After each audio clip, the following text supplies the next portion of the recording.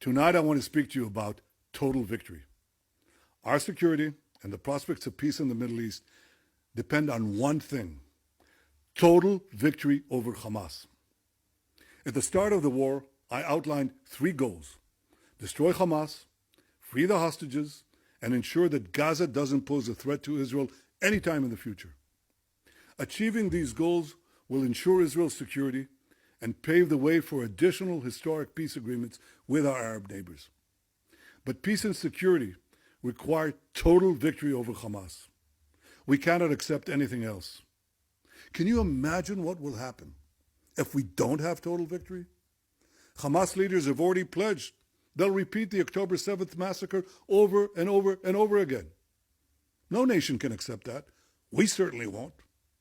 Without total victory, Iran and its terror proxies, Hamas, Hezbollah, the Houthis, and others, will be emboldened to subvert moderate states in the Middle East. They'll threaten the entire free world. Only total victory will prevent that. And total victory is within our reach. Israel's military achievements are truly unprecedented. As John Spencer, head of urban warfare at West Point, noted, it took the United States and its allies 9 months to defeat ISIS in Mosul. Mosul is a single city, smaller than Gaza, doesn't have any terror tunnels, and it had only 5,000 terrorists. Yet in 4 months, the IDF has killed, wounded, or captured over 20,000 terrorists, more than half of Hamas's fighting force. We've shattered 18 out of 24 Hamas battalions, and we're mopping up the remaining terrorists with ongoing raids. Our soldiers are systematically destroying the massive underground terror tunnels. Hamas believed this was an impregnable network. Yet our brave soldiers are now physically inside these tunnels. They're demolishing rocket factories, weapon stockpiles, command and control centers, and what Hamas thought were unreachable safe houses. Now I have to tell you, we were repeatedly told by many in the international community that all this simply couldn't be done. They said that a ground offensive would not be effective, that we couldn't enter Gaza City because it would be an abominable death trap, that we couldn't go into the hospitals that served as Hamas headquarters without inflicting massive civilian casualties, and that we couldn't enter the underground terror tunnels because nobody could.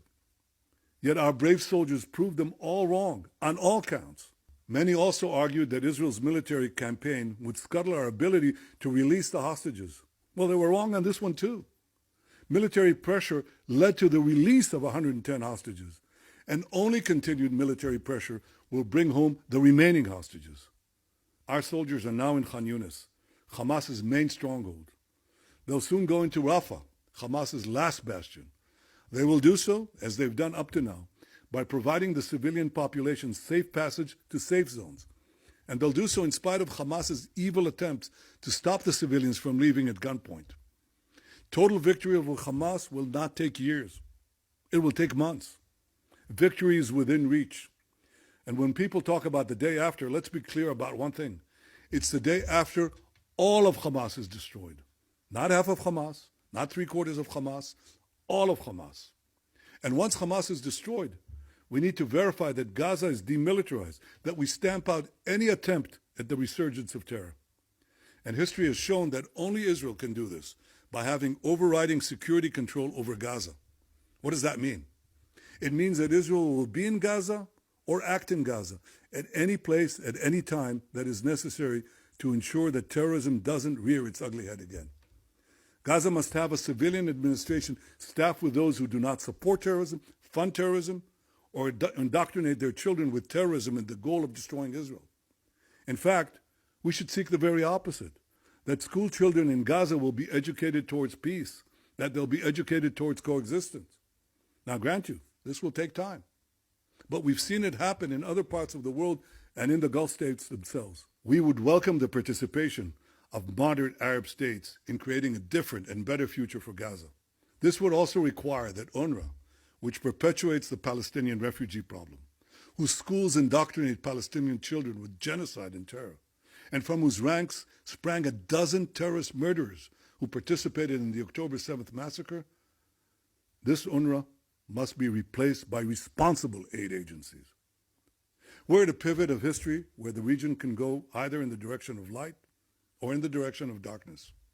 we won't allow Iran's forces of darkness to win. Our security and the future of the Middle East require total victory. Total victory over Hamas can bring us additional gifts of peace. Our doctrine of peace through strength has already brought us the Abraham Accords. Total victory will help us bring more historical peace agreements. Hamas is the obstacle blocking a better and more peaceful Middle East, and it's threatening Israel's security. The pressure of the world should be on destroying Hamas as quickly as possible, and not on preventing Israel from doing so. All those who yearn for peace should support our quest for total victory. Total victory for our security, total victory for peace in the region, total victory to secure our common future.